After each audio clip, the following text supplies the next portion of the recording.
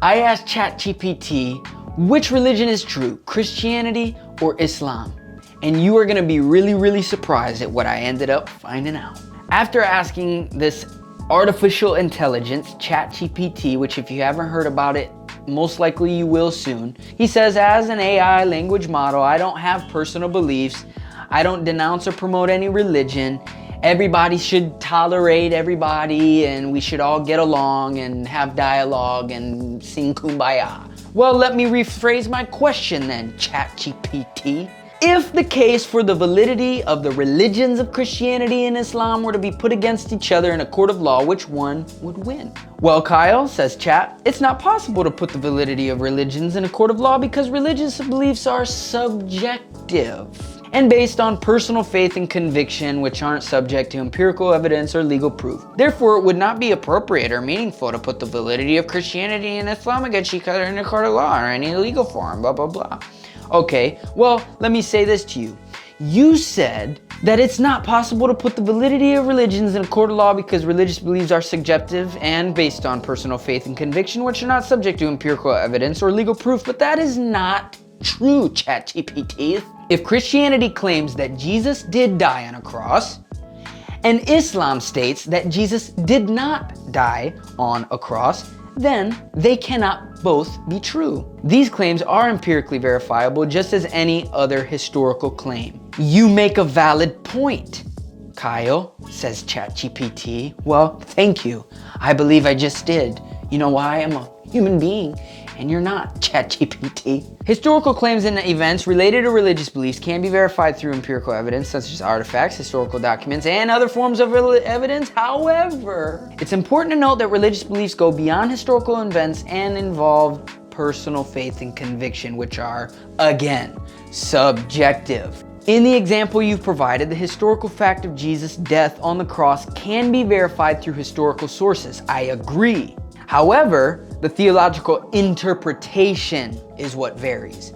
And then he goes on to talk about Islam's interpretation on the situation. All right, chat, let's keep it moving, all right? Let me dumb it down for you, Chat GPT. Okay, I know you're putting up walls with me here. Let's go forward. I agree that aspects of religion involve subjective convictions, but my original question, which technically it wasn't my original question, it was my second question, was, of the two religions between Christianity and Islam being put together in a court of law, which one would win the case? If the claim that Jesus did not in fact die on the cross is true, then the religion of Islam falls to the ground. Why?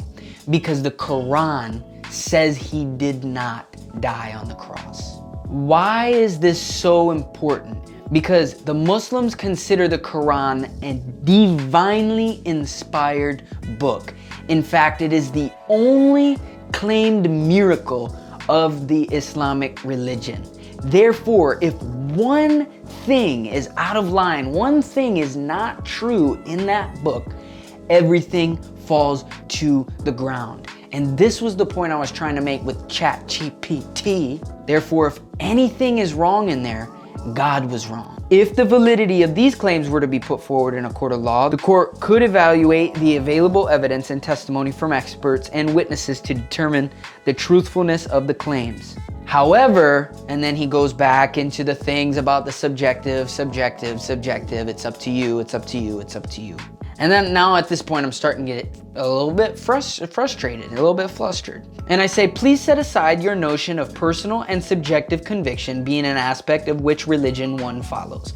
Although I agree with you to some extent, I am solely talking about which religion between Christianity and Islam would hold up best in a court of law.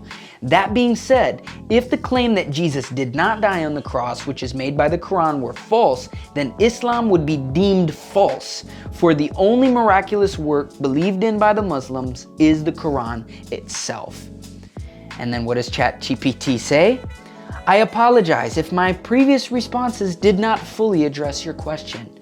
Yeah, thanks, chat. If we consider the specific claim about the death of Jesus on the cross and the contrasting views between Christianity and Islam, a court of law would evaluate the available evidence and testimony to determine the likelihood of the claim being true. And then he says, in this case, historical evidence supports the Christian view that Jesus died on the cross, while the Islamic belief that he did not is based on religious text and traditions. If a court were to evaluate this claim, it would likely conclude that the historical evidence is more compelling than the religious texts and traditions, and therefore Christianity's claim would hold up better in a court of law in this specific instance. However, it's important to note blah blah blah. Okay, we get it. And then I say, give specific reasons and sources for why you believe that the historical claim that the Christians make of Jesus actually dying on the cross would make a stronger case against the Muslims' claim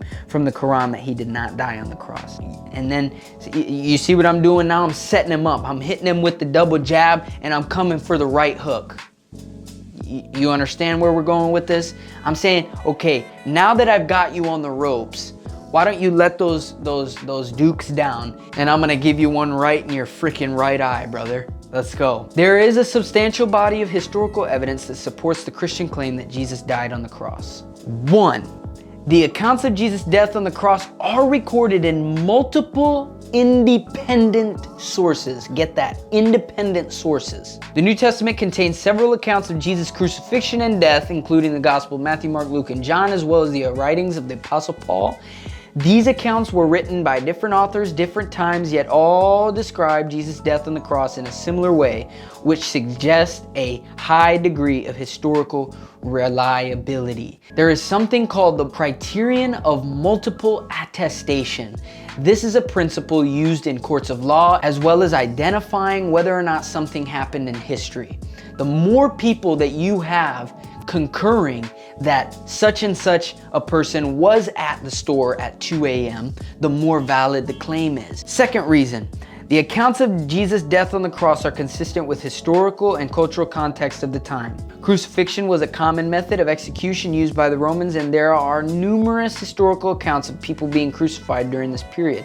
Additionally, the Jewish authorities at the time were known to have handed over Jesus to the Romans for execution. Because Jesus was so famous, everything that happened around his crucifixion was talked about.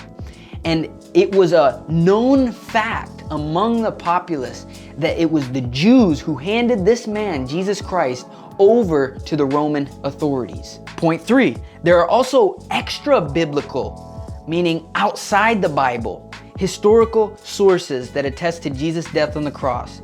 The Roman historian Tacitus, writing in the early 2nd century, refers to, quote, Christus, who suffered the extreme penalty during the reign of Tiberius at the hand of one of our procurators, Pontius Pilatus.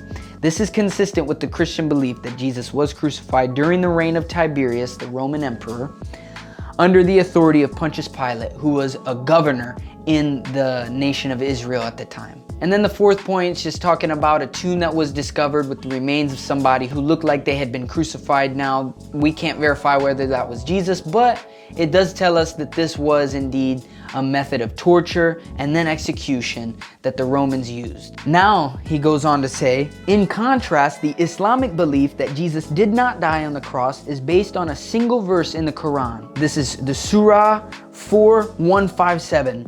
And it says, they did not kill him, nor did they crucify him, but it was made to appear to them. And go and you can read the context. It's talking about Jesus. Well, chat, why isn't this one more valid than the Christian claim? This verse is not supported by any historical evidence and contradicts the numerous accounts of Jesus' death on the cross in the New Testament and in other historical sources. In summary, the Christian belief of Jesus dying on the cross is supported by multiple independent sources, including the New Testament, extra biblical, historical sources, and archaeological evidence. In contrast, the Islamic belief that Jesus did not die on the cross is based on a single version in the Quran and is not supported by any historical evidence. To which I then replied, thank you.